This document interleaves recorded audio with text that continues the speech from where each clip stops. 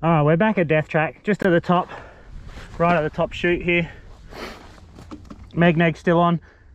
Done a few changes if you've just watched the recent video.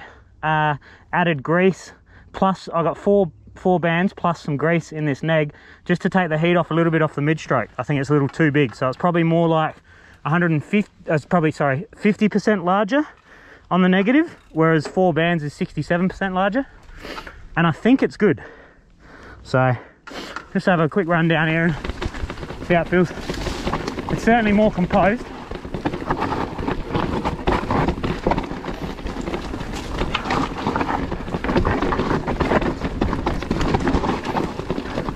Bit of grip today because it's been raining, which is nice on these rocks, but it's super slick down the bottom.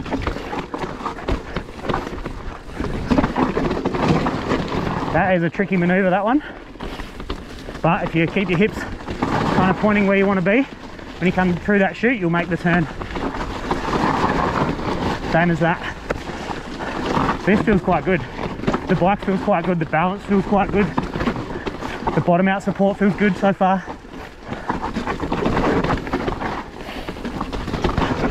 The fork's a little oversprung.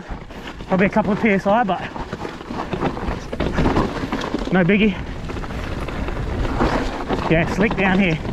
Coming into this turn, it is icy, so brake early, so I'm not dancing on those rocks, or the mossy bits at least.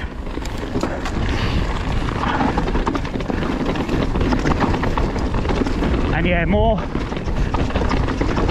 just a little bit less force coming out of the stroke through there. Still got room to make it better, the bike itself. I think maybe I'm just a little, yeah, maybe just a little oversprung in that fork. Just not quite sitting into where I want it to be.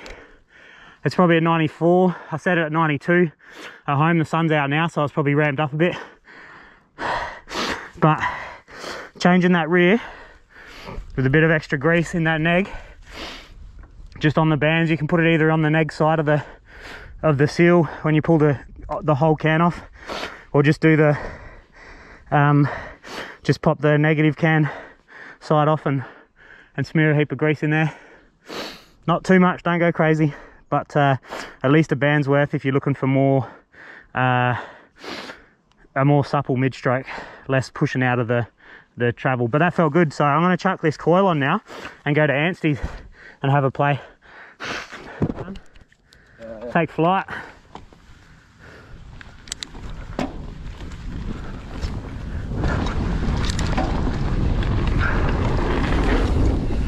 We're on the 343 Spring from Ohlins, and it's just a little oversprung, so I'm having to run everything quite open. Woo! We're at Anstey's. Haven't ridden this trail for years, and it is killer. People have been doing some work. Jumps are as good as ever. Got to go long on that one so you don't clip your back wheel on the stump. That's definitely a wheel killer. Yeah, super, heaps of energy coming out of the back.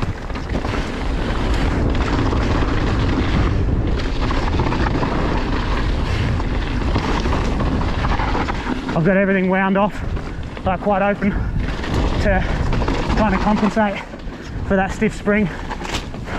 No preload.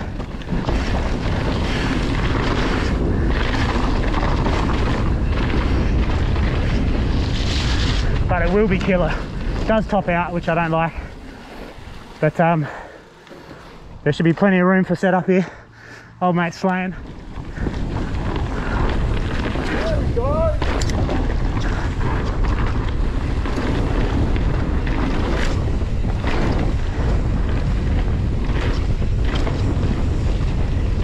Woohoo! Keep that front wheel up, son.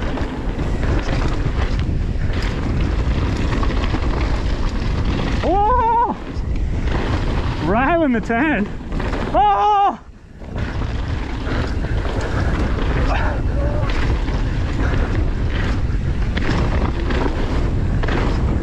almost lost it on that front wheel nose case, hard.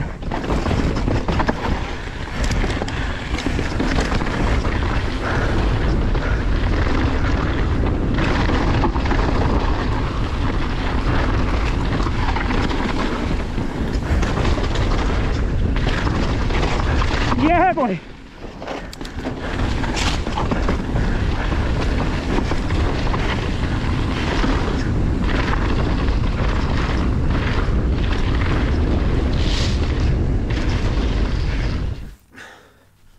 So the Superdeluxe was good.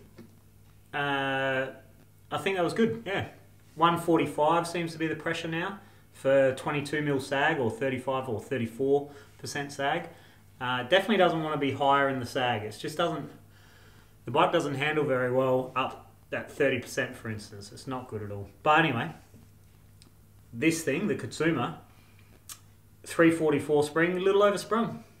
Yeah, a bit oversprung, so still a little tall. Had to open the high and low speed compression pretty much all the way up to,